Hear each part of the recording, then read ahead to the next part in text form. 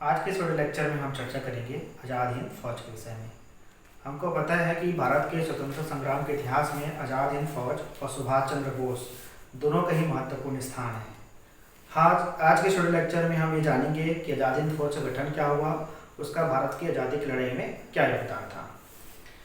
तो हम जानते हैं कि आज़ाद हिंद फौज का जो गठन है वो कैप्टन मोहन सिंह के द्वारा किया गया था। पहले कैप्टन मोहन सिंह के द्वारा किया गया था।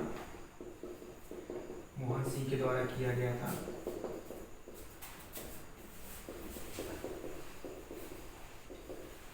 सितंबर 1942 में। फिर बाद में 4 जुलाई 1943 को सुभाष चंद्र बोस ने इसकी बागडोर संभाली थी। सुभाष चंद्र बोस ने बागडोर संभाली थी।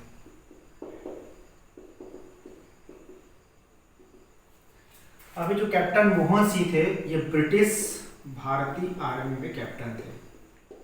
ब्रिटिश भारतीय आर्मी में कैप्टन थे।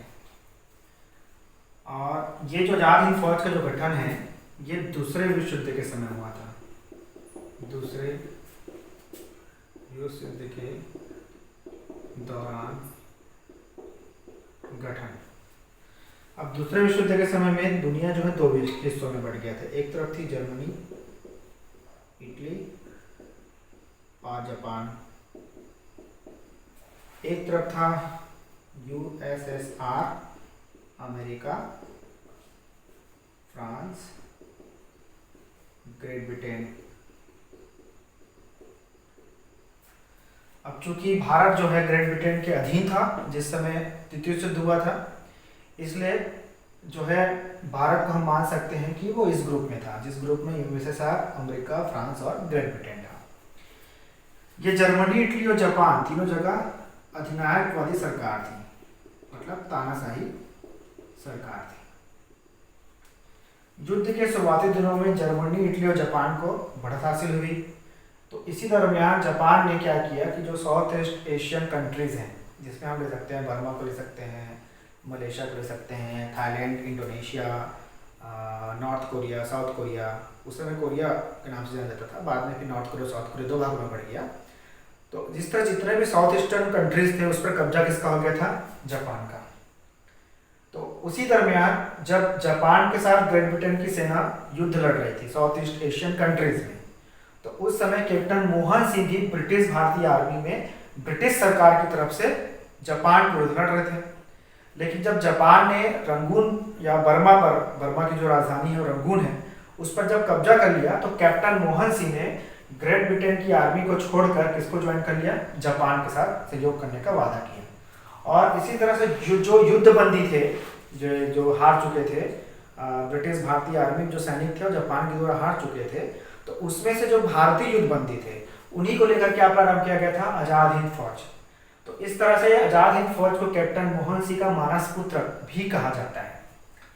तो आज़ाद हिंद फौज की स्थापना का विचार सबसे पहले किसको आया था? इसका विचार सबसे पहले आया था रास बिहारी घोष को। रास बिहारी घोष को, ये बहुत बड़े क्रांतिकारी नेता थे। रास बिहारी घोष को ये विचार आया था। फिर बाद में ज्ञानी प्रीतम सिंह और कैप्टन मोहन सिंह और फुजियारा, जो जापानी सेना से संबंधित थे, फुजियारा। तो ये ज्ञानी प्रीतम सिंह, फुजियारा और कैप्टन मोहन सिंह के प्रयास से बना क्या? आज़ाद हिंद फौज बना। लेकिन इससे सबसे पहले जो कॉन्सेप्ट देने का श्रेय हम बोल सकते हैं रास बिहारी घोष को जाता है। फिर बाद में इसको स्थापित करने का जो श्रेय है ज्ञानी प्रीतम सिंह, फुजियारा और कैप्टन मोहन सिंह को जाता है। फिर बाद में कैप्टन मोहन सिंह की जगह पर 4 जुलाई 1943 को सुभाष चंद्र बोस ने आईएनए की क्या संभाली? कमान संभाली। कहाँ संभाली? सिंगापुर में। सिंगापुर में कमान संभाली और सिंगापुर में ही एक अस्थायी सरकार की भी स्थापना की। ये अस्थायी सरकार किसकी थी? ये अस्थायी सरकार थी भारत की। तो भारत की जो पहली अस्थायी सरकार थी कहाँ बनी? सिंगापुर में। उसके प्रधानमंत्री और प्रधान सेनापति कौन बने? हमारे सुभाष चंद्र बोस। एक फैक्ट और बनता है, सुभाष चंद्र बोस को नेताजी की जो उपाधि है ये मिला था जापान में, जर्मनी में। जब वो हिटलर के सहयोगी से मिलने गए थे तो उस दरमियान उन्हें जर्मनी में भारतीय लोगों के द्वारा नेताजी की उपाधि प्रदान की गई थी। तब से नेताजी सुभाष चंद्र बोस के नाम से उन्हें जाना जाता है। अब 4 जुलाई 1930 को सुभाष चंद्र बोस ने अस्थायी सरकार की स्थापना की। कहाँ पे? सिंगापुर में स्थापना किया। और उसी के साथ उसने क्या संभाल लिया? आजाद हिंद फौज का बागडोर भी संभाल लिया। जब आजाद हिंद फौज को उन्होंने बागडोर संभाला तो उन्होंने 2 प्रसिद्ध नारे दिए। एक तो कहा दिल्ली चलो, मतलब दिल्ली पर अधिकार कर लो। दूसरा उसने नारा दिया तुम मुझे खून दो मैं तुम्हें आज़ादी दूंगा। ये दोनों ही नारे एग्जामिनेशन पॉइंट ऑफ व्यू से अत्यंत महत्वपूर्ण है।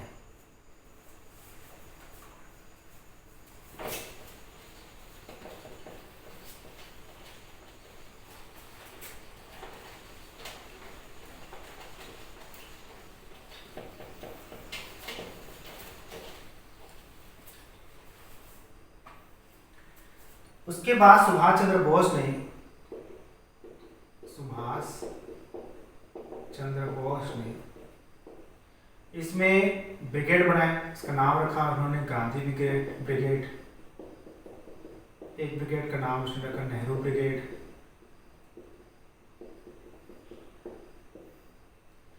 एक ब्रिगेड का उसने नाम रखा एक झांसी रानी झांसी रेजिमेंट, इसका भी गठन किया।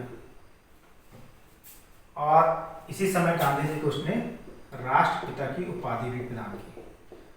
राष्ट्रपिता की उपाधि प्रदान की। तो क्वेश्चन पूछा जाता है कि राष्ट्रपिता की उपाधि किसने प्रदान की? महात्मा गांधी को। तो उसका आंसर होगा उसको राष्ट्रपिता की उपाधि जो है सुभाष चंद्र बोस ने प्रदान की। उसके बाद सुभाष चंद्र बोस के नेतृत्व में 23 अक्टूबर 1943 को ब्रिटिश भारत के विरुद्ध युद्ध की घोषणा कर दी गई।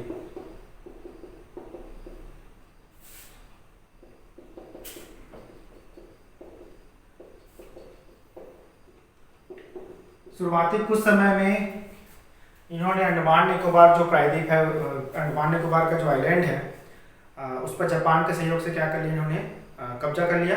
और इन्होंने अंडमान का नाम रखा शहीद द्वीप और निकोबार का नाम रखा स्वराज द्वीप। ये दोनों जो प्रश्न है एग्जामिनेशन पॉइंट ऑफ व्यू से अत्यंत महत्वपूर्ण है। फिर क्या हुआ? युद्ध का पासा पलट गया। सेकेंड वर्ल्ड वॉर का पहले बढ़त मिली हुई थी जर्मनी, इटली और जापान को। लेकिन अब जब अमेरिका भी युद्ध में शामिल हो गया, पहले अमेरिका युद्ध में शामिल नहीं हुआ था, लेकिन जब पर्ल हार्बर पे जापान ने हमला कर दिया तो पर्ल हार्बर घटना के बाद जो है अमेरिका जो है युद्ध का क्या बन गया? एक भाग बन गया। और उसके बाद पूरी युद्ध की दशा और दिशा ही बदल गई। और एक समय ऐसा आया कि जर्मनी, इटली इसको आत्मसमर्पण करना पड़ गया। फिर बाद में जापान के ऊपर क्या कर दिया गया? जापान के ऊपर परमाणु बम गिरा दिया गया अमेरिका के द्वारा। और उसके बाद जापान ने क्या कर दिया? आत्मसमर्पण कर दिया। तो जब जापान की जो सेना है रंगून या बर्मा में जब आत्मसमर्पण कर रही थी तो आजाद हिंद फौज के सैनिकों को भी क्या करना पड़ा? समर्पण करना पड़ा ब्रिटिश आर्मी के सामने या मित्र देशों के आर्मी के सामने। और उसी समय जब सुभाष चंद्र बोस जो है टोक्यो जब वापस लौट रहे थे तो उसी दरमियान उनका जो प्लेन है दुर्घटनाग्रस्त हो गई और उनकी मृत्यु हो गई। हालांकि उनकी मृत्यु अभी तक पूरी तरह से प्रमाणित नहीं हो पाई है। तो इस तरह से सुभाष चंद्र बोस और आजाद हिंद फौज ये दोनों का बहुत ज़्यादा महत्वपूर्ण स्थान है भारत की आज़ादी की लड़ाई में। तो इसका आप चाहें तो स्क्रीनशॉट ले सकते हैं। तो अब इस सेक्शन से क्वेश्चन कौन कौन सा बनता है? तो इस सेक्शन से क्वेश्चन ये बनता है कि आईएनए की स्थापना किसने की? तो अगर उसमें कैप्टन मोहन सिंह नाम दिया गया है तो कैप्टन मोहन सिंह का नाम देना है। और अगर उसमें कैप्टन मोहन सिंह का नाम नहीं दिया, सुभाष चंद्र बोस का नाम ऑप्शन में दिया हुआ है तो सुभाष चंद्र बोस का नाम को टिक मानना है। फिर उसके बाद इसमें ये भी क्वेश्चन पूछा जाता है कि गांधी जी को राष्ट्रपिता की उपाधि कब प्रदान की? तो उसका आंसर हमें देना पड़ेगा कि गांधी जी को राष्ट्रपिता की उपाधि सुभाष चंद्र बोस ने प्रदान की थी। फिर इसके अलावा एक क्वेश्चन बनता है कि तुम मुझे खून दो मैं तुम्हें आज़ादी दूंगा, नारा किसने दिया था? तो उसका आंसर हम क्या लिखेंगे? सुभाष चंद्र बोस लिखेंगे। तो इस तरह से क्या हुआ कि हमने पहले ही बताया कि सुभाष चंद्र बोस की जो प्लेन है दुर्घटनाग्रस्त हो गया, और ऐसा माना जाता है कि उसी दुर्घटनाग्रस्त प्लेन में सुभाष चंद्र बोस की मृत्यु हो गई। और उसके पहले ही क्या हुआ, ब्रिटिश जो हमारे आईएनए के सैनिक थे उन्होंने क्या कर दिया, ब्रिटिश सैनिकों के सामने या मित्र देशों के सैनिकों के सामने क्या कर दिया, आत्मसमर्पण कर दिया। आत्मसमर्पण करने के बाद इसके जो 3 प्रमुख कैप्टन थे या 3 प्रमुख जो अधिकारी थे उनके ऊपर लाल किले में मुकदमा चला। तो उसका भी बहुत ज्यादा महत्व है भारत के स्वतंत्रता संग्राम के इतिहास में। इसे हम आईएनए ट्रायल के नाम से जानते हैं। तो आईएनए ट्रायल कहाँ हुआ, आईएनए ट्रायल हुआ लाल किला में। आईएनए ट्रायल इसलिए कहते हैं क्योंकि इसमें जो 3 बड़े अधिकारी थे आईएनए के, आजाद हिंद फौज के, उसके ऊपर जो मुकदमा है वो कहाँ चला, लाल किले में चला। तो उनका नाम क्या था, सैनिकों अधिकारी क्या नाम था, शहनवाज खान, गुरुबख्श ढिल्लो, और एक का नाम था प्रेम सहगल। तो इनके ऊपर जब मुकदमा चल रहा था तब कांग्रेस ने क्या किया, कांग्रेस ने कमेटी बनाई, आजाद हिंद फौज बचाव समिति का गठन किया। और इनकी तरफ से मुकदमा किसने लड़ रहा था, इसकी तरफ से मुकदमा लड़ा कांग्रेस के नेताओं ने। उनका नाम क्या था, तेज बहादुर सप्रू, फिर आशफ अली,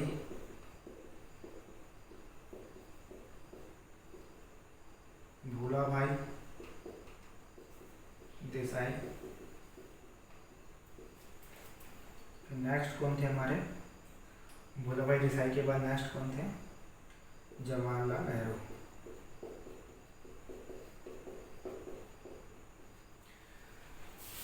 और अंततः क्या हुआ, जिस समय आईएनए ट्रायल चल रहा था उस समय भारत के जो वायसराय थे वो थे लॉर्ड वेलेस। तो लॉर्ड वेलेस ने देखा कि ये आजाद हिंद फौज के सैनिकों को लेके बहुत ज़्यादा सेंटिमेंट जग चुका है भारतीयों का, इसलिए उसने अपने विशेष पावर का यूज़ किया और इनको क्या कर दिया, फ्री कर दिया। किसने फ्री किया, वायसराय, उस समय के जो वायसराय थे लॉर्ड वेलेस, उन्होंने इनको क्या कर दिया, फ्री कर दिया। तो इस तरह से जो आईएनए ट्रायल है जो कि लाल किला में हुआ था, इसका भी इतिहास में बहुत बड़ा योगदान, बहुत महत्वपूर्ण स्थान है। और इसी आईएनए ट्रायल की वजह से और आईएनए मतलब आजाद हिंद फौज की वजह से ही बाद में रॉयल इंडियन नेवी का विद्रोह भी हुआ था। उसके विषय में हम अगले वीडियो लेक्चर में चर्चा करेंगे। अभी इससे आपको कौन से क्वेश्चन बनते हैं, तभी से क्वेश्चन बनेंगे कि आईएनए ट्रायल में किन अधिकारियों के विरुद्ध लाया गया था, तो हमको बताना पड़ेगा शहनवाज खान, गुरुबख्श ढिल्लो और प्रेम सहगल के विरुद्ध लाया गया था। फिर क्वेश्चन बनता है कि आजाद हिंद फौज के लिए जो ट्रायल हुआ था उसमें किसने 25 वर्षों बाद, लगभग 25 वर्षों के बाद क्या किया था, मुकदमा लड़ा था। तो उसका आंसर क्या होगा, हमारे जवाहरलाल नेहरू होंगे। फिर वो पूछा जाता है कि आजाद हिंद फौज बचाव समिति में किसने पार्टिसिपेट किया था, तो उसका आंसर हमको बताना पड़ेगा, तेज बहादुर सप्रू, आसफ अली, भूला भाई देसाई और जवाहरलाल नेहरू हैं। तो इस सेक्शन से इतना ही क्वेश्चन पूछा जाता है। तो आज के इस वीडियो लेक्चर में हमने देखा कि आईएनए की स्थापना कैसे हुई, उसके बाद हमने ये भी देखा कि आईएनए के जो सैनिक थे उनके ऊपर ट्रायल कहाँ पर हुआ और किस तरह से हुआ।